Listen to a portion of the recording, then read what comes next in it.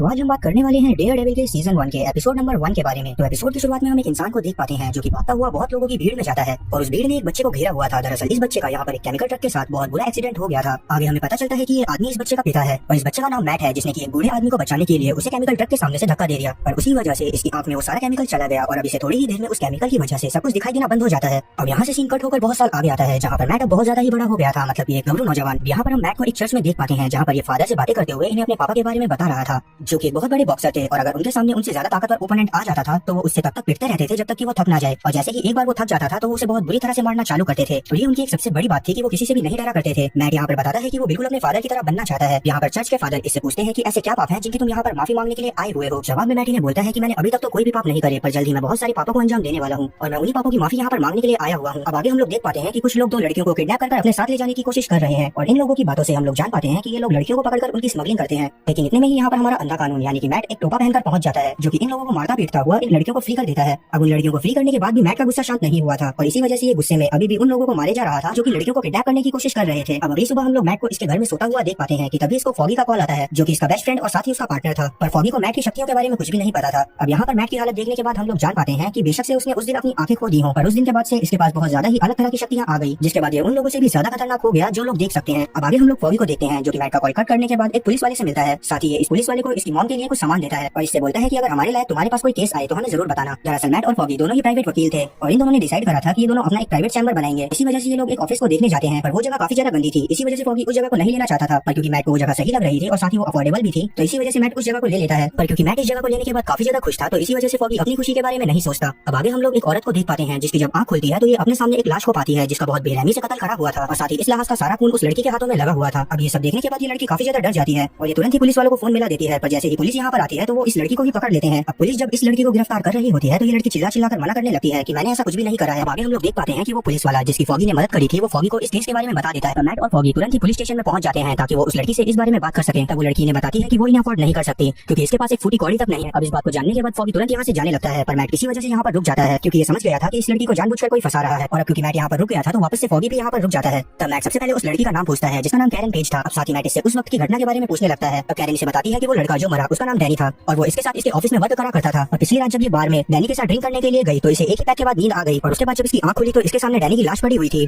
और वो नाइफ जिससे कि उसका मर्डर हुआ था वो कैरन के हाथ में था। अब यही सब बताते हुए कैरन रोने लगती है और बोलती है कि ये सब मैंने नहीं करा। तब मैट इसके दिल की धड़कन को सुनकर ये अंदाजा लगा लेता है कि कैरन एकदम सच बोल रही है और ये भी मैट की एक सुपर पावर थी कि वो किसी के दिल की धड़कन सुनकर पता लगा सकता था कि आखिरकार ये सामने वाला इंसान सच बोल रहा है कि झूठ। अब वहीं हम लोग एक जेम्स नाम के इंसान को देख पाते हैं जो कि निहायत ही बेशरम और कमीना इंसान था और इसी ने ही डैनी को मरवाया था। ताकि इसका बॉस ना फंसे इसी वजह से ये कैरन पेज को भी अब मरवाना चाहता था और इस काम को अंजाम देने के लिए ये एक करप्ट ऑफिसर क्लाइड के पास आया हुआ था। और अब जेम्स उसी अमाउंट के पीछे क्लाइड को ब्लैकमेल करता हुआ कैरन को मारने के लिए बोलता है और साथ ही इसे ये भी धमकी देता है कि अगर इसने दोनों में से कोई भी काम नहीं करे तो वो लोग इसकी बेटी को मरवा देंगे। अब अपनी बेटी को खो देने के डर से क्लाइड इस काम को करने के लिए तैयार हो जाता है और अभी रात में इस काम को अंजाम देने के लिए कैरन के सेल में गया था। पर जैसे ही ये कैरन का गला दबाना चालू करता है वैसे ही कैरन अपने बचाव में इसकी आंख को नोच लेती है जिस वजह से क्लाइड चिल्लाता हुआ यहाँ से बाहर भाग जाता है। और अगले दिन मैट और फॉगी इस बात को एक मुद्दा बनाते हुए कैरन को वहाँ से आजाद करवा लेते हैं। पर क्योंकि कैरन को उसके घर पर भी खतरा था इसी वजह से मैट इसे अपने ऑफिस में लेकर चला जाता है जहाँ पर बैठकर कैरन इसे बताती है कि मुझे लगता है कि ये सारा काम मेरे बॉस मिस्टर मैकलिंटॉक ने करा है क्योंकि लास्ट वीक मैंने उनकी एक फाइल देख ली थी जिसमें कि काफी सारे पेंशन के अमाउंट लिखे हुए थे और वो पेंशन के अमाउंट मिलियंस में थे जो कि शायद नहीं होने चाहिए थे। जब मैंने उनसे इस बारे में बात करी तो उन्होंने मेरे को शांत रहने को बोला। तब जाकर कैरन समझ गई थी कि मैकलिंटॉक इससे कुछ बहुत बड़ा छुपा रहा है और इसी वजह से उस दिन के बाद से इसने उसकी जासूसी करना चालू कर दिया। जिसके कुछ समय बाद जब ये डैनी के साथ गई तभी ये हादसा हो गया। साथ ही कैरन इसे ये भी बताती है कि इसकी वजह से डैनी का पूरा परिवार बर्बाद हो गया जिसमें कि उसका 5 साल का बेटा भी शामिल था। और ये सब बताते हुए कैरन काफी ज्यादा रोने लग गई थी। तब फॉगी इसे शांत करवाने की कोशिश करने लगता है जिसके थोड़ी देर बाद मैट कैरन को अपने घर में लेकर चला जाता है ताकि वो सेफ रहे। जहाँ पर जाने के बाद कैरन इससे पूछती है कि आखिरकार तुम यहाँ पर अकेले कैसे रहते हो। जवाब में मैट इसे बोलता है कि अब तो इसे इस चीज की आदत सी हो गई है। अब जब ये लोग चाय वगैरह पी रहे थे तो मैट इससे पूछता है कि आखिरकार वो फाइल कहाँ है। जवाब में कैरन इसे बोलती है कि मैकलिंटॉक ने इससे वो फाइल उसी दिन ले ली थी। पर मैट इसकी हार्टबीट सुनकर समझ जाता है कि ये झूठ बोल रही है लेकिन ये इस बारे में इससे आगे कोई भी बात नहीं करता। अब अगले सीन में हम लोग मैडम गाओ को देख पाते हैं। अब मैं आपको मैडम गाओ के बारे में शॉर्ट में बता दूं तो ये एक असली निंजा आर्मी को रन करती है और वहाँ पर ये लोग ड्रग्स का बिजनेस करा करते हैं। अब यहाँ पर मैडम गाओ खड़ी ही थी तो तभी यहाँ पर वो स्मगलर्स भी आ जाते हैं जिन्हें अभी कुछ समय पहले मैट ने बहुत बुरी तरह से मारा था। थोड़ी ही देर में यहाँ पर जेम्स भी पहुंच जाता है जो कि इन स्मगलर्स से पूछता है कि इस बार लड़कियां क्यों कम थी। जवाब में वो स्मगलर्स इसे बताते हैं कि हमारे ऊपर एक आदमी ने हमला कर दिया था जिसने की मास्क पहना हुआ था और हम उसे नहीं पहचानते। ये बात सुनने के बाद जेम्स बहुत ज्यादा ही गुस्से में आ जाता है और इन्हें धमकाता हुआ बोलता है कि तुम लोग जानते हो जब बॉस को इस बारे में पता चलेगा तो वो तुम लोगों को नहीं छोड़ेंगे। और यही धमकी देता हुआ जेम्स यहाँ से चला जाता है। अब आगे हम लोग कैरन को देख पाते हैं जो कि रात में मैट के सोने के बाद इसके घर से निकलने लगती है। पर क्योंकि मैट की सिक्स्थ सेंस बहुत ज्यादा ही पावरफुल थी तो इसी वजह से इसे कैरन के पैरों की आवाज की वजह से पता चल जाता है कि वो घर से निकलने की कोशिश कर रही है। तब मैट भी इसके पीछे पीछे जाने लगता है। अब कैरन अपने घर में पहुंचकर वो पेनड्राइव निकालती है और अपने पास रख लेती है और अब ये पेनड्राइव लेकर यहाँ से निकल ही रही थी कि इतने में ही पीछे से इसके ऊपर कोई चाकू से हमला करता है और इससे वो पेनड्राइव छीनकर अपनी जेब में रख लेता है। अब ये आदमी कैरन को मारने के लिए आगे बढ़ ही रहा था कि इतने में ही यहाँ पर हमारा हीरो पहुंच जाता है जो कि इसे मारता हुआ इसकी बुरी हालत कर देता है। पर इसमें इसे खुद भी काफी ज्यादा चोट लग गई थी। साथ ही वो बंदा भी कम नहीं था, वो भी मैट के ऊपर भारी पड़ रहा था और ये दोनों भी एक दूसरे के ऊपर मुक्के बरसाते हुए एक दूसरे दूसरे को हराने की कोशिश कर रहे थे और इसी हाथापाई के दौरान ये दोनों खिड़की से नीचे गिर जाते हैं, जिसमें कि मैट को काफी ज्यादा चोट लग गई थी। तब मैट खड़ा नहीं हो पाता और तभी इसे एक फ्लैशबैक आता है जिसमें कि ये देखता है कि ये अपनी डिसेबिलिटी की वजह से पढ़ाई नहीं कर पा रहा था। तब इसके फादर इसके पास आते हैं और इससे बोलते हैं कि तुम्हें अपनी डिसेबिलिटी की वजह से कमजोर नहीं बनना है, क्योंकि अगर तुम कमजोर बनोगे तो तुम्हें भी मेरी तरह एक फाइटिंग करियर के जैसा कुछ करियर चुनना पड़ेगा, जिसमें कि बहुत ज्यादा ही दर्द सहन करना पड़ता है। तो इसी वजह से तुम्हें अपनी कमजोरी को कमजोरी नहीं रहने देना है, बल्कि उसे एक ताकत बनाना है। और अब ये सब बातें याद आने के बाद मैट को काफी ज्यादा मोटिवेशन मिला था और इसी वजह से ये तुरंत खड़ा होता है, उस बंदे को बहुत कुत्तों की तरह मारता है। इसके बाद ये उसका गला एक चेन में फंसा देता है और उसकी जेब से वो पेन ड्राइव निकालकर अपने पास रख लेता है। अब आगे हम लोग देख पाते हैं कि हमारे मास्क वाले हीरो ने उस बंदे को और उस फाइल को तुरंत ही पुलिस स्टेशन के बाहर पहुंचा दिया है, जिसकी वजह से कैरन अगले दिन फ्री हो जाती है। पर इस वजह से जेम्स काफी ज्यादा गुस्से में था। तभी अपने बॉस से कॉल पर बात करता है और इसका बॉस बोलता है कि जिन वकीलों ने कैरन को छुड़वाया है उन दोनों वकीलों पर नजर रखो। अगर आप लोगों को जानना है कि जेम्स का बॉस कौन है तो आपको आगे के एपिसोड तक बने रहना पड़ेगा। वहीं मैट के ऑफिस में देख पाते हैं कि यहाँ पर तीनों ही मौजूद है, मैट, कैरन और फॉगी, और तीनों कैरन के छूटने का जश्न मना रहे हैं। तब कैरन इन्हें बोलते हैं कि क्योंकि तुम लोगों ने मेरे से पैसे नहीं लिए थे और अब मेरा केस सॉल्व हो गया है तो मैं यहाँ पर इस ऑफिस में तुम लोगों के साथ काम करा दिया करूंगी। इस बात को सुनने के बाद फॉगी काफी ज्यादा खुश होता है। अब खाना खाने के बाद मैट सबसे छुपता हुआ एक जिम में जाता है, जहाँ पर पहुंचने के बाद ये अपनी पावर्स को इनहेंस करने की कोशिश करने लगता है। मीनवाइल हम मैडम गाओ को देख पाते हैं, जिसने की काफी सारे ब्लाइंड लोगों को पकड़ कर रखा हुआ था और वो सभी लोग पन्नियों में ड्रग्स पैक कर रहे थे। अब आगे हम लोग देख पाते हैं कि इस शहर में जगह जगह पर अलग अलग तरह के क्राइम हो रहे हैं, जो कि आगे जाकर आपस में जुड़ने वाले हैं। साथ ही हम मैट को भी एक बिल्डिंग की छत पर देख पाते हैं, जो कि कोने में खड़ा होकर सभी क्राइम्स के बारे में पता करने की कोशिश कर रहा था। तभी से अपनी छठी अंतरी की वजह से पता चलता है कि एक बच्चे को कुछ लोग किडनैप करने की कोशिश कर रहे हैं और ये चीज जानते ही मैट तुरंत ही अपना मास्क पहन लेता है और उस जगह पर जाने लगता है। और इसी के साथ ये शानदार एपिसोड यहीं पर खत्म होता है। तो आज हम बात करने वाले हैं डेयरडेविल के सीजन 1 के एपिसोड नंबर 2 के बारे में। तो एपिसोड की शुरुआत में हम लोग एक सटीनो नाम के आदमी को देख पाते हैं, जो कि कचड़े के डब्बे के पास खड़ा था। तो यहाँ पर ये काफी ज्यादा घबराया हुआ था और ये यहाँ से भागकर कहीं जाने लगता है। अब जब हमारी नजर कचड़े के डब्बे में पड़ती है तो हम गंभीर रूप से घायल मैटी को उसमें देख पाते हैं, जो कि दर्द से कररा रहा था। कि इतने में ही सटीनो वापस से यहाँ पर पहुंच जाता है, जो कि इस बार अपने साथ मदद लेकर आया था। इसके साथ एक लड़की भी थी जिसका नाम क्लेयर टेम्पल था। ये लोग मैट की मदद करने के लिए उसे उठाकर किसी तरह क्लेयर के अपार्टमेंट तक पहुंचाते हैं। क्लेयर मैट का इलाज चालू करती है, क्योंकि ये खुद भी एक नर्स थी। आगे जब ये मैट की आंखों पर टॉर्च मारती है तो इसे पता चल जाता है कि मैट ब्लाइंड है और ये सब देखने के बाद ये और ज्यादा परेशान होने लगती है, क्योंकि इसके समझ में नहीं आ रहा था कि आखिरकार कौन बंदा होगा जो कि एक अंधे बंदे से दुश्मनी रखेगा। क्योंकि मैट के शरीर पर काफी ज्यादा चाकू लगने के निशान थे। तो क्लेयर हॉस्पिटल में फोन करने लगती है। मैट तुरंत इसका फोन छीनकर इसे ऐसा करने से मना करता है और अपने घर वापस जाने की कोशिश करने लगता है। और जैसे ही ये खड़ा होता है वैसे ही ये गिर पड़ता है, क्योंकि इसकी हालत बिल्कुल भी चलने लायक नहीं थी और अब ये बेहोश हो गया था। अब ये सीन यहाँ से पास्ट में जाता है, जहाँ पर हम लोग देख पाते हैं कि मैट छोटा है और ये टीवी पर अपने फादर का बॉक्सिंग मैच देख रहा है। पर क्योंकि इसमें उसके फादर हार जाते हैं तो इसी वजह से ये डाइनिंग टेबल पर जाकर उदास होते हुए बैठ जाता है। अब जब इसके फादर घर पर वापस आते हैं तो मैट उनके स्टिचेस लगाते हुए उनसे पूछता है कि क्या हम इस बार घर का रेंट सही टाइम पर दे पाएंगे। जवाब में इसके फादर अपनी जेब से एक एनवलप निकालते हैं जिसमें कि बहुत सारे पैसे थे और अब ये इससे कहते हैं कि कभी कभार हमें हारने के भी बहुत सारे पैसे मिल जाते हैं। अब इतने सारे पैसे देखकर मैट के कुछ समझ में तो नहीं आता, पर अभी ये कुछ भी नहीं बोलता। अब जब सीन वापस से प्रेजेंट में आता है तो हम लोग कैरन को देख पाते हैं, जो कि फॉगी के साथ ऑफिस में थी। फॉगी इससे पूछता है कि चलो हम बाहर चलकर एंजॉय करते हैं, जिससे तुम्हें भी अच्छा लगेगा। इस पर कैरन मान जाती है और अब ये दोनों बाहर जाकर एंजॉय करने लगते हैं। वहीं दूसरी तरफ क्लेयर अभी भी मैट का इलाज करे जा रही थी और इसके समझ में नहीं आ रहा था कि आखिरकार ये बिना मशीनों की मदद से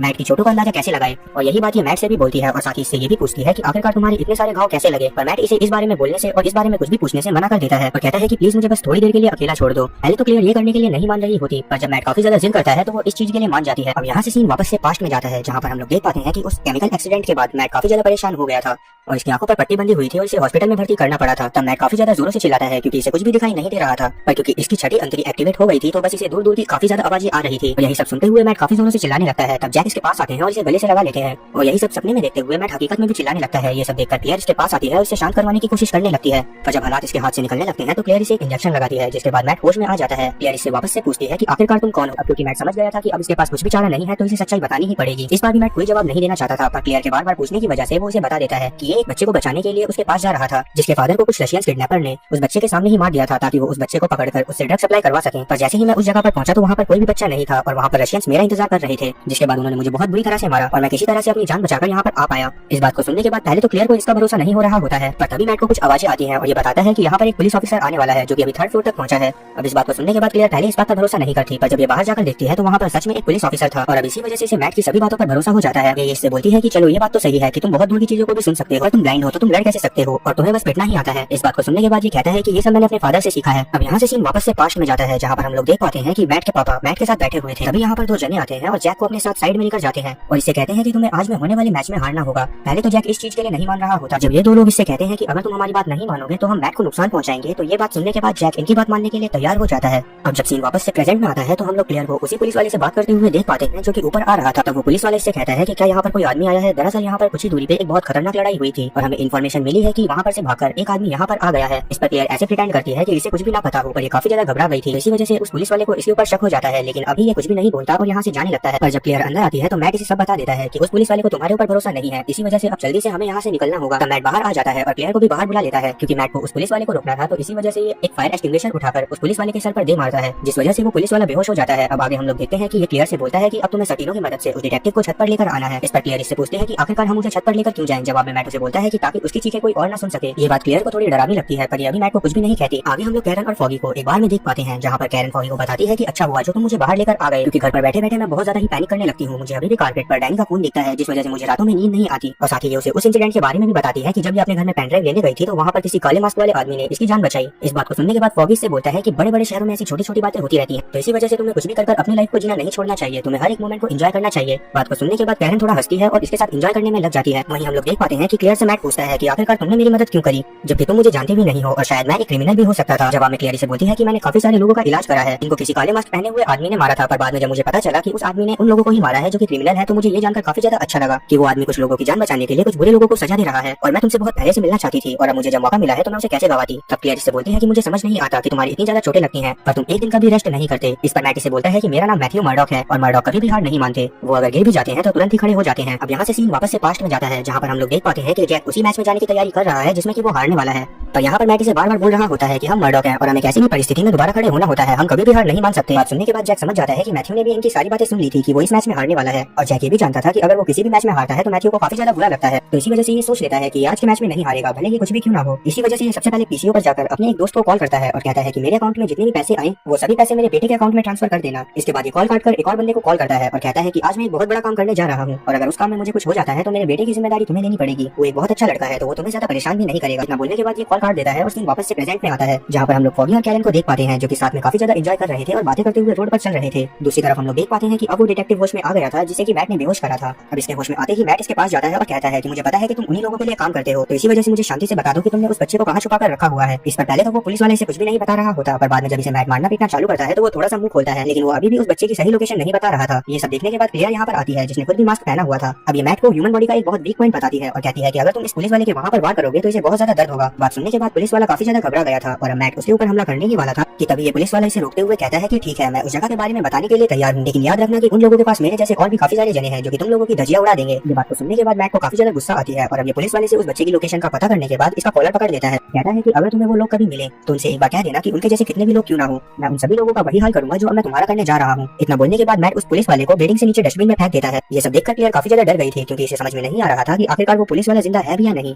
तब मैट उसकी सांसें सुनकर बताता है कि वो एकदम ठीक है, लेकिन अब वो उस जगह पर है जिसमें मैं थोड़ी देर पहले पड़ा हुआ था। साथ ही ये क्लियर से ये भी बोलता है कि अब तुम्हें जल्दी से यहाँ से निकलना होगा क्योंकि कुछ ही देर में यहाँ पर बहुत सारे लोग आ जाएंगे और अगर मेरी वजह से तुम मुसीबत में पड़ती हो तो मुझे बिल्कुल भी अच्छा नहीं लगेगा। इसी वजह से क्लियर डिसाइड करती है कि अपनी दोस्त के घर पर जाकर रहेगी। तब मैट इससे इसकी दोस्त का एड्रेस ले लेता है ताकि अगर इसे कभी क्लियर से मिलना हो तो ये वहाँ पर जा सके। अब यहाँ से मैट भी उस जगह पर जाने लगता है जहाँ पर वो बच्चा था। अब यहाँ से सीन वापस से पास्ट में जाता है जहाँ पर हम लोग देख पाते हैं कि जैक अब उस मैच में पहुंच गया है जिसमें कि इसे हारना है, पर क्योंकि मैट की बातों ने इसके दिल को छू लिया था तो इसी वजह से ये मैट को खुश करने के लिए उस मैच को जीत जाता है। तो साथ ही उस बंदे को बहुत बुरी तरह से मारता है जो कि इसका ओपोनेंट था, पर क्योंकि ये जानता था कि इसने बहुत ज्यादा बड़े लोगों से पंगा ले लिया है तो इसी वजह से ये जल्दी से यहाँ से भागने लगता है। अब वहीं हम लोग देख पाते हैं कि मैट को ये सब पता चल गया था कि इसके डैड जीत गए हैं, तो इसी वजह से ये खुश होकर उनका इंतजार करने लगता है, पर काफी देर होने के बाद भी वो घर पर नहीं आते। और यही सब देखते हुए मैट काफी देर बाद घर से बाहर निकल जाता है और उन्हें ढूंढने की कोशिश करने लगता है, जहाँ पर इसे रास्ते में काफी सारे पुलिस वाले दिखते हैं जिन्होंने एक डेड बॉडी को घेरा हुआ था। तब मैट उस डेड बॉडी के पास जाता है और इसे समझ में आ जाता है कि ये इसके फादर की ही डेड बॉडी है और इन्हें उन्हीं लोगों ने मारा है जिन्होंने इससे हारने के लिए कहा था। ये सब देखते हुए मैट काफी ज्यादा रोने लगता है और इसकी समझ में नहीं आता कि आखिरकार अब ये क्या करे। अब जब सीन वापस से प्रेजेंट में आता है तो हम वहाँ पर उस बच्चे को देख पाते हैं, इसके पास एक रशियन खाना लेकर जाता है, पर वो बच्चा अभी भी अपने फादर के पास जाने की जिद कर रहा था और इसी जिद के पीछे वो खाना फेंक देता है। ये देखते हुए रशियन उसे कुछ भी रिस्पॉन्स नहीं करता और जाकर अपने साथियों के साथ बैठ जाता है। लेकिन कुछ ही देर में यहाँ पर हमारा मास्क वाला हीरो भी पहुंच गया था जो कि रशियंस को देखते ही इन सभी लोगों के ऊपर हमला कर देता है और इन्हें बहुत बुरी तरह से मारता पीटता हुआ इधर उधर फेंकने लगता है। पर ये लोग भी कम नहीं थे, ये भी हमारे हीरो को काफी अच्छी टक्कर देते हैं। पर एट द एंड किसी न किसी तरह मैट इन सभी लोगों को मारता पीटता हुआ उस बच्चे के पास पहुंचता है और कहता है कि मैं तुम्हारी मदद करने के लिए आया हूँ। इस बात को सुनते ही वो बच्चा इसकी बातों पर भरोसा कर लेता है और इसकी गोद में चढ़ जाता है। तो मैट भी इसे बड़े प्यार से गोद में उठाता हुआ बाहर लेकर आता है और इसी के साथ ये एपिसोड यहीं पर खत्म होता है। तो आज हम लोग बात करने वाले हैं डेयरडेविल सीरीज के सीजन 1 के एपिसोड नंबर 3 के बारे में। एपिसोड की शुरुआत एक बॉलिंग एली से होती है जहाँ पर हम एक प्रोहास्का नाम के आदमी को बॉलिंग करते हुए देख पाते हैं। तभी यहाँ पर एक हीली नाम का व्यक्ति आता है जो कि इसके साथ खेलने के लिए इससे पूछता है, पर प्रोहास्का इसका मजाक बनाते हुए इसे मना कर देता है और साथ ही इसे बहुत जली कटी भी सुनाता है। ये सब देखते हुए हीली को काफी ज्यादा गुस्सा आ जाता है और वो प्रोहास्का के सभी गार्ड्स के ऊपर हमला कर देता है और अब उन सबको जान से मारने के बाद ये प्रोहास्का की तरफ बढ़ता है और उसको भी मारने पीटने लगता है। तब इस बंदे के मूव से हम लोग समझ पाते हैं कि या तो ये कोई एजेंट है या फिर एक बहुत खतरनाक असैसिन। अब प्रोहास्का की मौत के साथ ये कहानी पास्ट में 36 घंटे पहले जाती है जहाँ पर हम लोग देख पाते हैं कि हीली ने एक तुर्क नाम के व्यक्ति से एक गन खरीदी थी। अब जब ये कहानी वापस से प्रेजेंट में आती है तो हम लोग लोग देख पाते हैं कि हीली उसी गन को एक पिनबॉल गेम के नीचे छुपा देता है और इतने में ही यहाँ पर पुलिस भी पहुंच जाती है, जिनके सामने हीली सरेंडर करता हुआ वकीलों की मांग करता है। अब अगले दिन हम लोग मैट को देख पाते हैं जो कि चर्च के फादर के साथ बैठा हुआ था और वो चर्च के फादर इसे जैक मर्डॉक के बेटे के रूप में पहचानते थे। यहाँ पर इन दोनों की बातों से हम लोग जान पाते हैं कि मैट यहाँ पर काफी सारी चीजें कबूल करना चाहता है, पर उसके हिसाब से अभी ये बिल्कुल भी सही समय नहीं है और इनकी थोड़ी सी बातों के बाद मैट यहाँ से चला जाता है। आगे हम लोग एक बैन नाम के पत्रकार को देख पाते हैं जो कि एक बिजनेसमैन के साथ कहीं पर खड़ा था। यहाँ पर ये बिजनेसमैन बैन को बता रहा होता है कि इस सिटी में एक आदमी आ गया है जो कि सभी बुरे बिजनेसमैन को मार रहा है, पर वो शहर को बचाने के लिए सब नहीं कर रहा, बल्कि वो ऐसा इसीलिए कर रहा है ताकि वो शहर पर अपना दबदबा बना सके और इस वजह से यहाँ से सारे बिजनेसमैन भाग रहे हैं। तब बैन इससे बोलता है कि तुम्हें यहाँ से भागने की जरूरत नहीं है, तुम बस उसके खिलाफ मुझे गवाही दिलवा दो और उसके बाद मैं तुम्हें बहुत ज्यादा प्रोटेक्शन दूंगा। जवाब में वो बिजनेसमैन इसे साफ मना कर देता है और ये भी कहता है कि तुम भी इस केस के पीछे मत जाओ वरना खामा में अपनी जान से हाथ धो बैठोगे। इतना बोलकर ये बिजनेसमैन यहाँ से निकल जाता है। वहीं जब मैथ्यू अपने ऑफिस में पहुंचता है तो वहाँ पर हम लोग देख पाते हैं कि कैरन और फॉगी आपस में बातें कर रहे हैं और अभी तीनों मिलकर बातें करने लगते हैं, लेकिन इतने में ही यहाँ पर जेम्स पहुंच जाता है। ये वही जेम्स है जिसको हमने पहले के एपिसोड्स में देखा है। यहाँ पर जेम्स चाहता था कि फॉगी और मैट दोनों मिलकर हीली के केस को लड़ें, इसके लिए ये इन्हें बहुत बड़ा अमाउंट भी ऑफर करता है, पर इतने बड़े अमाउंट को देखकर मैथ्यू समझ जाता है कि या तो दाल में कुछ काला है या फिर पूरी दाल ही काली है, तो इसी वजह से ये केस को लेने से मना कर रहा होता है। तब फॉगी से बोलता है कि अगर तुम्हारी आंखें होती तो तुम देख पाते कि इसने जो अमाउंट लिखा हुआ है वो कितना कितना ज्यादा बड़ा है। तब जेम्स इनसे बोलता है कि तुम्हें जितना टाइम चाहिए तुम सोच लो और मुझे शाम तक बता देना कि आखिरकार तुम इस केस को ले रहे हो या फिर नहीं।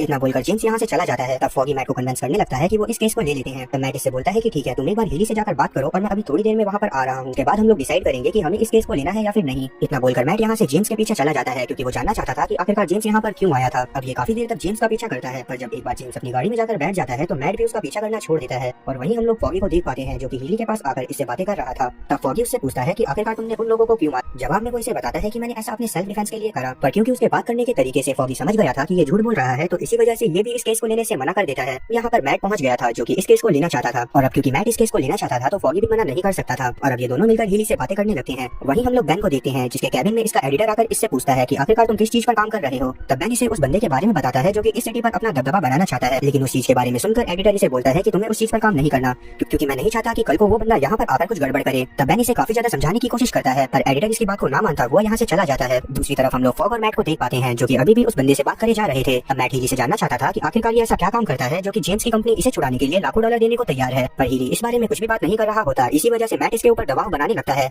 ये सब देखते हुए फॉगी से साइड में ले जाता है और कहता है कि हम किसी के ऊपर भी दबाव नहीं बना सकते, तो इसी वजह से हमें बस उतना काम करना चाहिए जो कि हमें दिया गया है। दूसरी तरफ हम लोग जेम्स को देख पाते हैं जो कि उसी पिनबॉल गेम के पास आया हुआ था जिसमें पिछली रात हीली ने उस गन को छुपाया था और अब ये बड़ी सफाई से उस गन को निकालकर अपने पास रख लेता है और यहाँ से निकल जाता है। अब आगे जब मैट और फॉगी अपने ऑफिस में पहुंचते हैं तो यहाँ पर ये सोचने लगते हैं कि ये इस बार में पहले कैरन की राय ले लेते हैं। कैरन यहाँ पर नहीं थी, दरअसल वो यूनियन एलाइड के ऑफिस में गई हुई थी जहाँ पर इसका बॉस इसे बोल रहा था कि जो भी फाइल इसने यहाँ से प्राप्त करी है और इसके साथ जो भी यहाँ पर हुआ है वो इसके बारे में किसी और को नहीं बताएगी, बदले में इसे ये लोग काफी ज्यादा पैसे देंगे। पहले तो कैरन इस चीज के लिए साफ मना कर देती है पर बाद में ये कुछ सोचने लगती है और ये सीन कट होकर बैन पर आता है जहाँ पर ये एक हॉस्पिटल में एक नर्स से बहसबाजी कर रहा था। दरअसल इसकी पत्नी यहाँ पर काफी टाइम से भर्ती थी पर इसके पास अब उतने पैसे नहीं बचे थे कि ये इस हॉस्पिटल को अफोर्ड कर सके, तो इसी वजह से इसे बार बार पैसे सबमिट करने के लिए बोला जा रहा होता है। तब ये नर्स से कुछ दिनों की मोहलत और मांगता है। पहले तो नर्स इस चीज के लिए नहीं मान रही होती पर बाद में वो इसकी हालत देखकर बोलती है कि ठीक है, मैं ज्यादा से ज्यादा 5 दिन तक और संभाल सकती हूँ, पर अगर 5 दिन के अंदर तुमने बिल पे नहीं करा तो तुम्हारी बीवी के साथ जो भी होगा उसके जिम्मेदार तुम खुद होगे। तब बैन इसका शुक्रिया करता हुआ अपने बीवी के रूम में चला जाता है जहाँ पर हम लोग देख पाते हैं कि इसकी बीवी काफी ज्यादा बीमार है और सो रही है। अब अगले दिन हम लोग देख पाते हैं कि हीली के केस की सुनवाई है। यहाँ पर काफी सारे लोगों को बैठाया हुआ है जो कि सिचुएशन को जानने के बाद अपना अपना मत देंगे कि हीली ने सही काम करा है या फिर नहीं और उसी की बुनियाद पर उसे बेल या तो फिर सजा मिलेगी। तभी यहाँ पर एक औरत आती है जो भी अपना मत देने वाली थी और उसका मत आखिरी मत होने वाला था, तो इसी वजह से वो काफी ज्यादा इंपॉर्टेंट पर्सन थी, पर उस औरत के दिल की धड़कन काफी ज्यादा तेज थी, तो इसी वजह से मैट समझ जाता है कि उस औरत को डराकर यहाँ पर बैठाया गया है। और अब जब ये औरत रात में अपने घर वापस जा रही होती है तभी इसके पास एक आदमी आता है जो कि इसे धमकाते हुए बोलने लगता है कि तुम्हें हीली के बचाव में ही वोट देना होगा। इस बात को सुनते हुए वो औरत रोने लगती है और कहती है कि हाँ, मैं जानती हूँ कि मुझे उसके बचाव में ही वोट देना है, पर तुम प्लीज मेरे बच्चे को कुछ भी मत कर। उस औरत को धमकाने के बाद जब वो बंदा यहाँ से जाने लगता है तभी यहाँ पर हमारा हीरो टोपा पहनकर पहुंच जाता है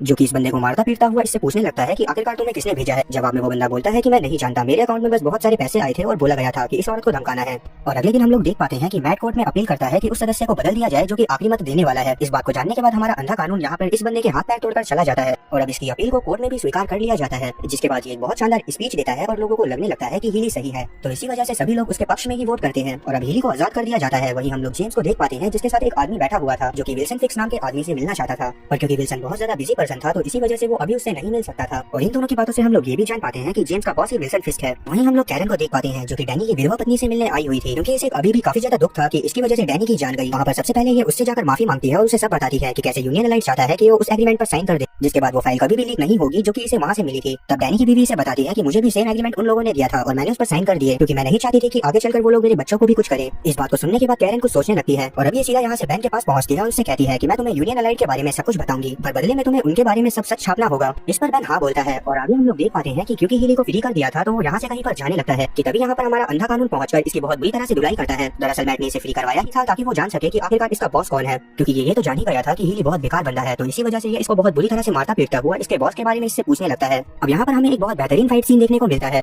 जिसमें कि कभी हमारा अंधा कानून तो कभी हीली एक दूसरे के ऊपर भारी पड़ने की कोशिश कर रहे थे और इसी दौरान एक सीन ऐसा भी आता है जिसमें कि ये हमारे अंधे कानून की जान लेने ही वाला था और हमारा हीरो उल्टा इसी के ऊपर हमला कर देता है और आखिरकार हीली इसे बता ही देता है कि ये सारे काम इससे विल्सन फिस्क ही करवा रहा था। और अब क्योंकि हीली जान गया था कि विल्सन का नाम इसने बता दिया है तो विल्सन इसको नहीं छोड़ेगा, तो इसी वजह से ये अपनी जान खुद ही ले लेता है। ये सब देखकर हमारा टोपे वाला हीरो खुद भी घबरा गया था क्योंकि ये समझ नहीं पा रहा था कि आखिरकार ऐसा कौन सा इंसान है जिसका इतना ज्यादा खौफ है। और इस एपिसोड के लास्ट सीन में हम लोग विल्सन को देख पाते हैं जो कि एक आर्ट गैलरी में खड़ा हुआ था। तब वहाँ पर ये एक ऐसी पेंटिंग को पसंद करता है जिसमें कुछ ज्यादा खास नहीं था और यहाँ पर हम इसकी हरकतों को देखकर समझ पाते हैं कि ये थोड़ा साइको टाइप का है और यही इस सीरीज का मेन विलन होने वाला है। इसी के साथ ये एपिसोड यहीं पर खत्म होता है। तो आज हम लोग बात करने वाले हैं डेयरडेविल सीरीज के सीजन 1 के एपिसोड नंबर 4 के बारे में। तो एपिसोड की शुरुआत में हम एक जेल में देख पाते हैं जहाँ दो भाइयों को बंदी बनाकर रखा हुआ था और उनकी हालत बहुत बहुत ज्यादा ही खराब थी। तब इन दोनों की बातों से हम लोग जान पाते हैं कि ये दोनों आज यहाँ से भागने वाले हैं और इन्होंने पहले से ही डिसाइड करा हुआ है कि अगर ये यहाँ से भागने में सफल हो जाते हैं तो ये दोनों न्यूयॉर्क में जाकर रहेंगे। अब यहाँ से सीन कट होकर 8 साल आगे आता है जहाँ हम देख पाते हैं कि इन दोनों में से एक भाई भाग रहा है। तभी इसकी गाड़ी के ऊपर एक आदमी की डेड बॉडी आकर गिरती है पर ये किसी तरह यहाँ से भाग जाता है।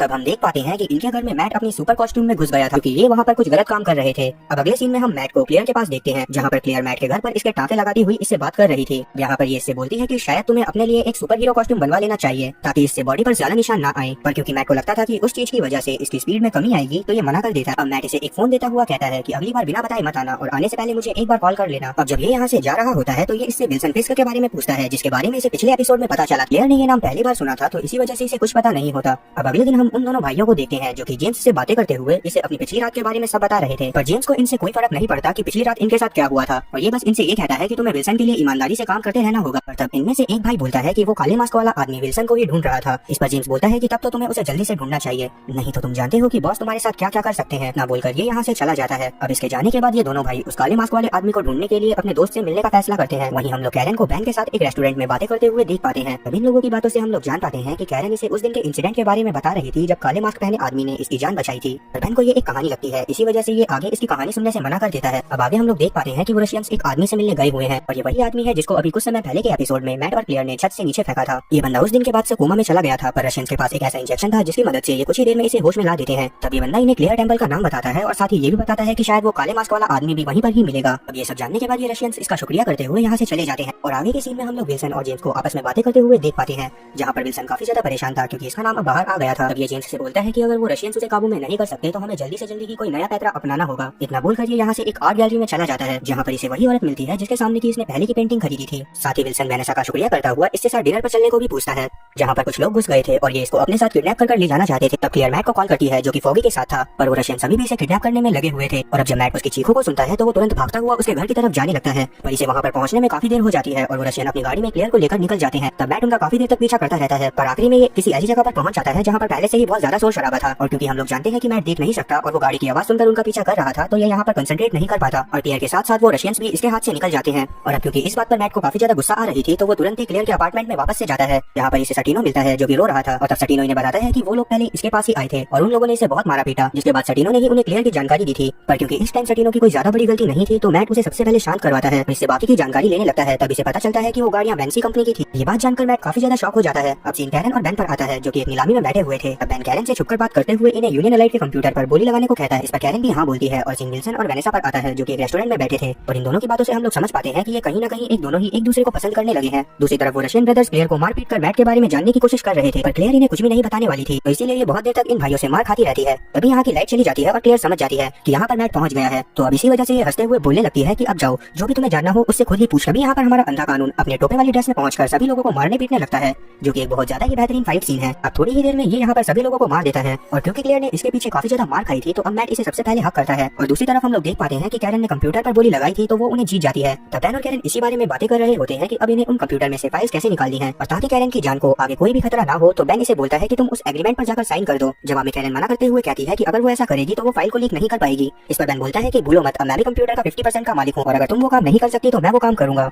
ये बात जानने के बाद कैरन इसकी बात मानती है। दूसरी तरफ जब रशियन ब्रदर को पता चलता है कि टैक्सी कंपनी में से क्लियर को छुड़ा लिया गया है तो ये गुस्से में सीधा विल्सन के पास पहुंच जाते हैं जो कि अभी भी वैनेसा के साथ रेस्टोरेंट में डेट पर था। और जब वैनेसा को ये पता चलता है कि विल्सन ऐसे लोगों के साथ रहता है तो ये यहाँ से जाने लगती है क्योंकि ये नहीं चाहती थी कि ये किसी भी गैंगस्टर से किसी भी तरह के संबंध रखे। तब विल्सन जेम्स से कहता है कि रशियन ब्रदर को गाड़ी में बिठाओ और साथ ही रशियन ब्रदर से कहता है कि ये अभी आकर थोड़ी ही देर में इससे बात करेगा। इतना बोलकर ये वेनेसा के पीछे इसके अपार्टमेंट तक जाने लगता है, पर वेनेसा इसे बोलती है कि अब मैं तुम्हें नहीं देखना चाहती क्योंकि तुमने मुझसे बहुत सी चीजें छुपाई हैं। इस बात को सुनने के बाद विल्सन काफी ज्यादा उदास हो गया था और इसी वजह से ये रोते हुए यहाँ से चला जाता है। दूसरी तरफ हम लोग देख पाते हैं कि फॉगी के ऑफिस में जब वो सारे कंप्यूटर आते हैं तो कैरन इससे झूठ बोल देती है कि कुछ सामान सस्ते में मिल रहा था, तो इसी वजह से उसने उसे ऑफिस के एड्रेस पर मंगाया है। फॉगी को इसकी बात पर भरोसा हो जाता है। वहीं मैट क्लियर को अपने घर लाकर उसकी मरहम पट्टी करते हुए उसको सॉरी बोलता है, पर क्लियर मैट से जरा भी नाराज नहीं थी। इस बात को जानने के बाद मैट इसे अपने बारे में और भी चीजें बताता है और अब सीन वहाँ पर आता है जहाँ पर हम लोग देख पाते हैं कि गाड़ी में जेम्स और रशियन भाई बैठे हुए हैं। तब जेम्स इसे एक जगह पर लेकर जाता है और कहता है कि बॉस यहाँ पर आकर तुमसे बाहर बात करेंगे, इसीलिए रशियन भी नीचे उतर जाता है। तब विल्सन गुस्से में इसके ऊपर हमला करने लगता है और वो रशियन जिसका नाम एनाटोली था वो भी इसके ऊपर हमला करने की कोशिश करने लगता है, पर क्योंकि विल्सन बहुत ज्यादा ताकतवर था तो इसी वजह से ये इसे बहुत बुरी तरह मारता है और वो आखिरी में इसके सर को गाड़ी के गेट पर रखकर जोर जोर से पीटता है, जिस वजह से एनाटोली का सर थोड़ी ही देर में धड़ से अलग हो गया था। तब जेम्स बाहर आता है और विल्सन को हैंकी देते हुए ब्लड साफ करने को बोलता है और इसे पूछने लगता है कि सर अब बताइए अब हमें क्या करना है। जब विल्सन इसे बोलता है कि इसके बड़े भाई वेल्डेमिर के पास इसकी बॉडी भेज दो, उससे भी लड़ाई शुरू कर दो। इतना बोलने के बाद विल्सन यहाँ से निकल जाता है और ये एपिसोड यहीं पर खत्म होता है। तो एपिसोड की शुरुआत में हम क्लियर को देखते हैं जो कि अपने उन जख्मों को देख रही थी जो कि इसके पिछले एपिसोड में आए थे। अब जब ये बाहर जाती है तो हमें पता चलता है कि ये अभी भी मैट के ही घर में है। तो मैट इससे बातें करते हुए इसे बताता है कि अब ये विल्सन फिस्क के पीछे जाने वाला है क्योंकि इसे उसकी खबर एक रशियन असैसिन से मिली है और विल्सन जरूर तो कुछ ना कुछ गलत कर रहा है। इस पर क्लियर भी इसकी मदद करने को बोलती है। और अब जब ये दोनों बातें कर रहे होते हैं तो हम समझ पाते हैं कि ये दोनों भी एक दूसरे को पसंद करने लगे हैं, इसीलिए तब मैट इसे किस भी करता है और इसके बाद यहाँ से अपने काम पर चला जाता है। वहीं हम जेम्स को देखते हैं जो कि वेल्डेमिर के पास जाता है और अब ये सबसे पहले तो ये इसके भाई के बारे में पूछता है और इसे अभी ये नहीं पता था कि विल्सन ने एनाटोली को मार दिया है। तभी यहाँ पर एक आदमी आता है जो कि वेल्डेमिर से बोलता है कि मुझे पता चल गया है कि एनाटोली कहाँ पर है, और इसके बाद एनाटोली की बॉडी को जिसकी मुंडी कटी हुई थी उसे रूम में लाया जाता है और जेम्स उस पर ऐसे रिएक्ट करता है जैसे कि वो खुद भी सदमे में चला गया हो। अब जब वेल्डेमिर एनाटोली की बॉडी को देखता है तो इसे काफी ज्यादा गुस्सा आता है और अब जब ये इसकी पॉकेट चेक करता है तो इसमें इसे एक काला रुमाल मिलता है, जिसे देखकर जेम्स बोलता है कि वो ना हो ये शायद उस ब्लैक मास्क वाले आदमी का ही काम है। और अब हम समझ पाते हैं कि विल्सन और जेम्स का असली प्लान क्या है। वो चाहते हैं कि वेल्डेमिर जल्दी से जल्दी उस काले मास्क वाले आदमी को ढूंढे और इनका प्लान कामयाब भी हो जाता है क्योंकि वेल्डेमिर ने सभी लोगों को बोल दिया था कि तुम्हें अपने सभी काम छोड़कर अब उस काले मास्क वाले आदमी को ढूंढना होगा। वहीं हम विल्सन की गाड़ी को धुलते देख पाते हैं, इससे उसने एनाटोली को मारा था। तभी दूसरी गाड़ी से यहाँ विल्सन और जेम्स पहुंचते हैं और बाकी सभी लोगों से बातें करने लगते हैं जिसमें गाँव और 2 जने और शामिल थे। पर जैसे ही गाँव को ये पता चलता है कि विल्सन ने एनाटोली को मारा है तो ये गुस्से में आ जाती है क्योंकि वो दोनों ही गाँव से सबसे ज्यादा ड्रग्स खरीदा करते थे। तब विल्सन बोलता है कि अब ये वेल्डेमिर को भी मारकर उसकी जगह ले लेगा, जिससे ये उसकी पावर हाथ में लेकर बाकी सबका फायदा करवाएगा। इस बात को सुनने के बाद सभी लोग मान जाते हैं और अब जब ये यहाँ से जाने लगते हैं तो विल्सन गाँव को रोककर इससे एक मदद मांगता है और सीन कट होकर एक टैक्सी पर आता है जो कि उन्हीं रशियंस की थी और उसमें एक लड़का बैठा हुआ था जो कि ब्लाइंड था और गाँव का खबरी भी। तभी यहाँ पर मैट पहुंच जाता है जिसने की अपना काला सूट पहना हुआ था और ये यहाँ पर सभी लोगों को मारता पीटता हुआ विल्सन के बारे में जानने की कोशिश करने लगता है। अब एक आदमी को मारने के बाद इसे पता चलता है कि एनाटोली की भी मौत हो गई है और वेल्डेमिर अब इसके पीछे है और इतने में ही यहाँ पर पुलिस पहुंच जाती है जिस वजह से मैट को यहाँ से भागना पड़ता है और तब पुलिस भी उस आदमी को पकड़ लेती है जिसे अभी मैट मार रहा था। तो अगले दिन फॉगी, मैट और कैरन जब ऑफिस में होते हैं तभी यहाँ पर एक औरत आती है जिसको ब्रैड की मॉम ने भेजा था और ब्रैड वही पुलिस वाला था जिसकी फॉगी ने मदद करके उससे कैरन के केस के बारे में पता करा था। अब ये औरत इन्हें बताती है कि इसके अपार्टमेंट में कुछ लोगों ने हमला करा है क्योंकि इनके अपार्टमेंट का मालिक इन्हें जबरदस्ती यहाँ से निकालना चाहता है और इसीलिए ये यहाँ मदद मांगने आई हुई है। इस बात को सुनकर फॉगी और कैरन टुली जो कि अपार्टमेंट का मालिक था उसकी कंपनी में जाते हैं जहाँ इन्हें फॉगी की एक्स गर्लफ्रेंड भी मिलती है जो कि टुली की वकील थी। अब इसीलिए ये सारे आपस में बैठकर बातें करने लगते हैं। अब अगले सीन में हम लोग मैट को देखते हैं जो कि पुलिस स्टेशन में आया था और वो ब्रैड से बातें करता हुआ बहाने से उस रशियन बंदे की बातें सुन रहा होता है जो कि पुलिस स्टेशन के कब्जे में था। तब ये पुलिस वालों से छूटने के पीछे इन्हें विल्सन के बारे में बताना शुरू कर देता है और जैसे ही ये उसका नाम लेता है तो पुलिस वाले उसका नाम सुनते ही वो नाटक करने लगते हैं कि रशियन इनकी बंदूक छीनने की कोशिश कर रहा था और इसीलिए ये शूट कर इसे बोलते हैं कि कुछ भी हो जाए तुम्हें उसका नाम नहीं लेना था क्योंकि उसका नाम कोई नहीं लेता। कसम से इस डायलॉग को सुनने के बाद मुझे हैरी पॉटर के वोल्डेमॉर्ट की याद आ गई। पर coming back to the story ये सारी बातें मैट ने भी सुन ली थी और इसी वजह से ये समझ जाता है कि कुछ पुलिस वाले भी विल्सन के साथ मिले हुए हैं। अब हम विल्सन और जेम्स को देखते हैं जो कि सभी रशियन को खत्म करने के बारे में प्लान बना रहे थे। दूसरी तरफ कैरन और फॉगी उसी औरत के अपार्टमेंट में आए हुए थे ताकि वो उससे बात कर सकें। अब जब वो देखते हैं कि इस अपार्टमेंट की हालत बहुत ज्यादा खराब है तो इसीलिए वो दोनों मिलकर उनका अपार्टमेंट सही कराने लगते हैं और सीन कट होकर रात में आता है जहाँ पर मैट अपना काला सूट पहनकर उस पुलिस वाले के पास पहुंचता है जिसने रशियन को मारा था। मैट इसे मारता पीटता हुआ विल्सन के बारे में पूछने लगता है और इस पुलिस वाले से भी इसे ज्यादा कुछ पता नहीं चलता तो इसी वजह से ये इसे बेहोश कर कहीं चला जाता है। यहाँ से हम वेनेसा को देखते हैं जो कि विल्सन के बुलाने पर उसके पास मिलने गई थी। तो विल्सन इसे सॉरी बोलते हुए इससे वादा करता है कि ये अब इससे कुछ भी नहीं छुपाएगा, बस ये इसे एक बार और माफ कर दे। दूसरी तरफ वेल्डेमिर के पास कुछ लोग पहुंचते हैं जो कि इसे बताते हैं कि एनाटोली को किसी और ने नहीं बल्कि खुद विल्सन ने मारा है और वो उस काले मास्क वाले आदमी को जानबूझकर फंसा रहा है। ये बात सुनने के बाद एनाटोली को काफी ज्यादा गुस्सा आती है और वो विल्सन के बारे में छोटी से छोटी जानकारी बताने वाले आदमी को 1 मिलियन का इनाम देने को बोलता है। वहीं हम मैट और क्लियर को देख पाते हैं जिन्हें भी पता चल गया था कि आखिरकार वेल्डेमिर का असली ठिकाना कहाँ पर है, इसीलिए मैट वहाँ पर जाने लगता है। पर तब क्लियर इसे रोकने की कोशिश करती है क्योंकि ये नहीं चाहती थी कि मैट और ज्यादा खून खराबा करे। मैट यहाँ से चला जाता है। दूसरी तरफ जब विल्सन वेनेसा के साथ बैठा होता है तो ये वेनेसा से इसकी गन मांगता है क्योंकि वेनेसा ने डर के मारे छुपा रखी थी, पर वो उसे बिना डरे इस बार गन दे देती है। तब विल्सन इसे विंडो के पास ले जाता है और बताता है कि आज वो एक बहुत बढ़िया खेल खेलने वाला है। दूसरी तरफ हम लोग देख पाते हैं कि मैट भी रशियन के ठिकाने पर नजर रखे हुए था। अभी यहाँ पर गाँव का ब्लाइंड खबरी आता है और जब ये अंदर आता है तो हम देख पाते हैं कि वहाँ सभी लोग विल्सन के ऊपर हमला करने की तैयारी कर रहे हैं। तभी वो खबरी एक स्विच दबाता है जिससे एक बहुत ज्यादा ही बड़ा धमाका होता है, पर पहले ही वेल्डेमिर सचेत होकर सेफ जगह कूद गया था, इसी वजह से उसकी जान इस धमाके में बच जाती है। वहीं हम देख पाते हैं कि धमाके से मैट भी बेहोश हो गया था।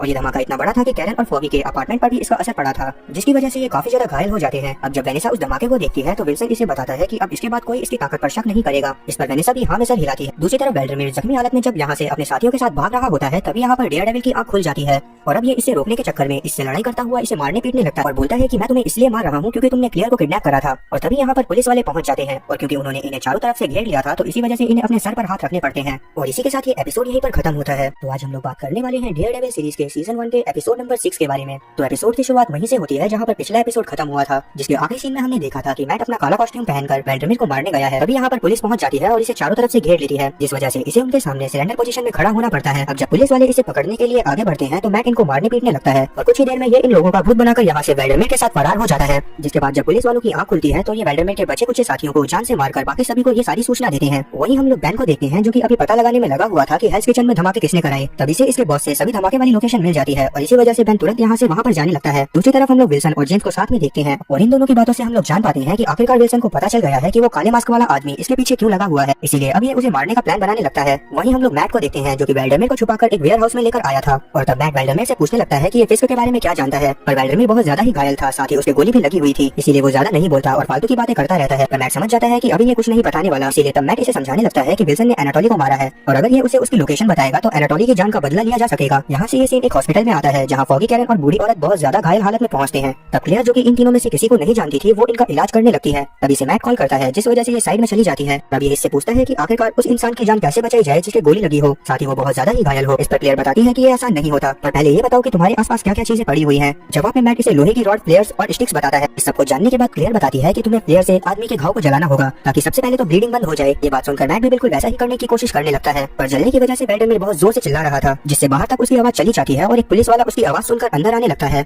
तब सबसे पहले तो मैट उस पुलिस वाले को मारकर बंदी बना लेता है और इससे बोलता है कि अपने साथियों को बोलो कि एरिया में सब कुछ सही है। पर वो ऑफिसर वॉकी टॉकी में ये बोल देता है कि काले मास्क वाला आदमी यही है। इसी वजह से सभी ऑफिसर बाहर पहुंच जाते हैं, क्योंकि अभी ये ऑफिसर जिसने इनकी लोकेशन का बताया था वो मैट के ही कब्जे में था, तो इसी वजह से ये लोग अंदर नहीं जाते। इतने में ही यहाँ पर बैन भी आ जाता है, जिसके बारे में जब विल्सन को पता चलता है तो वो काफी गुस्से में आता है, क्योंकि वैसे तो सभी पुलिस वाले विल्सन के अंदर थे और इसी वजह से वो गलत तरीकों से वेल्डरमिर को मरवाने वाला था। पर क्योंकि बैन एक ईमानदार रिपोर्टर था तो इसी वजह से वो अपनी रिपोर्ट में सच बता देता, इसीलिए विल्सन दूसरा प्लान बनाने लगता है और अपने सभी रिपोर्टर्स जो कि इसके अंदर थे उन सभी लोगों को उस जगह भेज देता है। दूसरी तरफ मैट वेल्डरमिर से फिर से पूछने की कोशिश करता है कि आखिरकार विल्सन के बारे में तुम क्या जानते हो, और इस बार वेल्डरमिर बताता है कि विल्सन बहुत कम ही सामने आता है, पर उसका राइट हैंड इनसे मिलता रहता है, साथ ही उसी ने ही इन्हें विल्सन से मिलवाया था। तब मैट और चीजें बताने को बोलता है। जवाब में ये बताता है कि अगर तुम्हें उसके बारे में और चीजें जाननी है तो तुम्हें शायद उसके अकाउंटेंट से बात करनी चाहिए। इस बात को सुनने के बाद मैट इससे उस अकाउंटेंट का नाम पूछने की कोशिश करने लगता है, पर वेल्डरमिर नाम की जगह देता है इसे एक बहुत बड़ा डंडा, वो भी बहुत जोर से, और अब इन दोनों में वापस से मारपीट चालू हो जाती है और इसी लड़ाई के दौरान ये दोनों छत टूटने की वजह से नीचे गिरकर बेहोश हो जाते हैं। अब थोड़ी देर बाद जब मैट की आंख खुलती है तो वो देखता है कि वेल्डरमिर की हालत भी बहुत ज्यादा खराब है और क्योंकि वेल्डरमिर से ये जानकारी नहीं निकलवा पाया था तो वेल्डरमिर इसका मजाक बनाता हुआ खुद ही अपनी सांस रोक लेता है और इसकी मौत हो जाती है, जिसे देखकर मैट किसी तरह इसे सीपीआर देते हुए होश में लाता है। वहीं बाहर हम देखते हैं कि इन दोनों को पकड़ने के लिए स्वैट सोल्जर्स को बुला लिया गया है। तब विल्सन एक स्वैट सोल्जर को सामने वाली बिल्डिंग की छत पर भेजता है और खुद उस पुलिस वाले जिसको मैट ने पकड़ा था उसके वॉकी टॉकी से मैट से बातें करने लगता है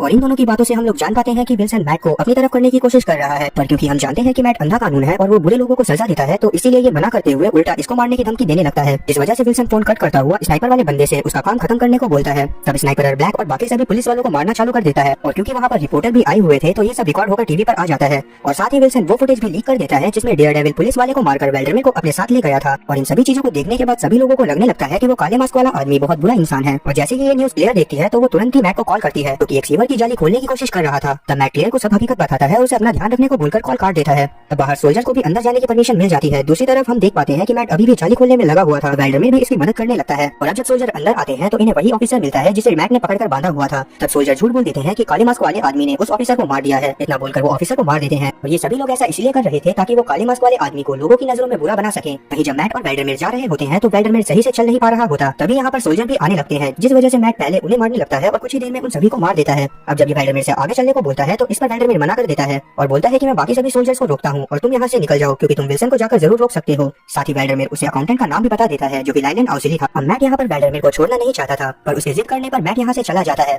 और जब ये यहाँ से निकल रहा होता है तो हमें बैकग्राउंड से बहुत ज्यादा बुलेट फायर करने की आवाज आती है, पर हमें बताया नहीं जाता कि वेल्डरमिर मर गया या फिर जिंदा। ये एपिसोड यहीं पर खत्म होता है। तो आज हम लोग बात करने वाले हैं डेयरडेविल सीरीज के सीजन 1 के एपिसोड नंबर 7 के बारे में। तो एपिसोड की शुरुआत में हम एक आदमी को किसी से बचकर भागते हुए देखते हैं। अब ये यहाँ से जाकर अपने डेस्क में से एक बंदूक निकालता है और उस तरफ फायर करने लगता है, पर हम लोगों को देखते हुए पता चलता है कि इस आदमी के सारे शॉट मिस हो गए हैं। इतने में ही वो आदमी आदमी जिसकी तरफ ये फायर कर रहा था वो इसके पास आता है और इसे मारने पीटने लगता है और इससे पूछता है कि आखिरकार ब्लैक स्काई कहाँ गया है। पहले तो ये कुछ भी नहीं बता रहा होता और इसी बात से गुस्से में आते हुए ये आदमी इसकी लिम्स को काट देता है और अभी आदमी बताता है कि ब्लैक स्काई न्यूयॉर्क गया है। ये बात जानने के बाद वो आदमी इसको जान से मारकर यहाँ से चला जाता है और सीन कट होकर कैरन, मैट और फॉगी पर आता है जो कि उस टोपे वाले आदमी के बारे में बात कर रहे थे। काफी सारे जने मुझे कमेंट्स में बोलते हैं कि आप डेयरडेविल को टोपे वाला आदमी या फिर अंधा कानून क्यों बोलते हो। इस बात का एक बहुत बड़ा रीजन है जो कि आपको इस सीजन के आखिरी एपिसोड में पता चलेगा। तब तक अंधा कानून को मैं अंधा कानून ही बुलाने वाला हूँ। तो coming back to the story, आगे हम लोग देख पाते हैं कि ये लोग उसी टोपे वाले आदमी के बारे में बात कर रहे थे और इन लोगों की बातों से हम लोग जान पाते हैं कि फॉगी उस टोपे वाले आदमी को बिल्कुल भी पसंद नहीं करता क्योंकि इसे लगता है कि उसी की वजह से कैरन और इसकी डेट बर्बाद हुई थी। पर कैरन को इस बात से ज्यादा फर्क नहीं पड़ता। अब इसके बाद फॉगी और कैरन यहाँ से चले जाते हैं और मैट कुछ डॉक्यूमेंट रीड करने लगता है। अब यहाँ से हम लाइलैंड हाउसिली को देख पाते हैं जिसके बारे में हमारे हीरो को पिछले एपिसोड में वेल्डरमेट से पता चला था। अब यहाँ पर लाइलैंड एक आदमी को धमका रहा था जिसका नाम की नोबी था, जिसके थोड़ी देर बाद ये नोबी के ऊपर दबाव बनाकर इससे अपनी बात मनवाता हुआ इसे यहाँ से भेज देता है। अब नोबी के यहाँ से जाने के बाद तुरंत यहाँ पर हमारा टोपे वाला हीरो पहुंचकर लाइलैंड से लड़ाई करने लगता है और उससे विल्सन फिस्क के बारे में पूछता है। तब पहले तो लाइलैंड इसे कुछ भी नहीं बताता और क्योंकि ये काफी ज्यादा चालाक था तो ये तुरंत ही अपने पास में से एक स्टंगन निकालता है और हमारे टोपे वाले हीरो के ऊपर हमला कर देता है, जिस वजह से हमारा टोपे वाला हीरो बेहोश हो गया था। और इसी बात का फायदा उठाते हुए लाइलैंड हाउसिली यहाँ से भाग जाता है। उसके जाने के बाद हम लोग देख पाते हैं कि इस तरफ एक आदमी आ रहा है। जब वो आदमी मैट के पास पहुंचता है तो हम लोग जान पाते हैं कि ये वही आदमी है जो कि एपिसोड की शुरुआत में एक आदमी को मारते हुए ब्लैक स्काई के बारे में पूछ रहा था। और यहाँ पर अब ये दोनों एक दूसरे से बात करने लगते हैं और हम लोग जान पाते हैं कि मैट इस आदमी को जानता है, इसका नाम स्टिक है। और यहाँ से सीन पास्ट में जाता है जहाँ पर हम लोग मैट को एक ऑर्फनेज में देख पाते हैं क्योंकि अब इसके पिता की डेथ हो गई थी। अब स्टिक यहाँ पर आकर इसे अपने साथ ले जाता है और स्टिक वही बंदा था जिसे कि मैट के पापा ने दूसरे नंबर पर कॉल करा था। अब हम लोग देखते हैं कि स्टिक मैट को अपने साथ एक पार्क में लेकर चला जाता है और इसे बताता है कि तुम्हें अपनी सुनने की क्षमता को बढ़ाना होगा ताकि तुम आगे होने वाली लड़ाइयों के लिए तैयार हो सको। और तब स्टिक मैट को बताने लगता है कि उसे अपनी पावर कंट्रोल कैसे करनी है। और इसके बाद जब वापस से सीन प्रेजेंट में आता है तो हम बेन और कैरन को देखते हैं। इन दोनों की बातों से हम लोग जान पाते हैं कि कैरन को पूरा भरोसा है कि वो टोपे वाला आदमी एक बहुत अच्छा इंसान है, पर बेन को इस बात पर हल्का सा शक है। वहीं दूसरी तरफ हम मैट को स्टिक के साथ अपने घर में पहुंचते देख पाते हैं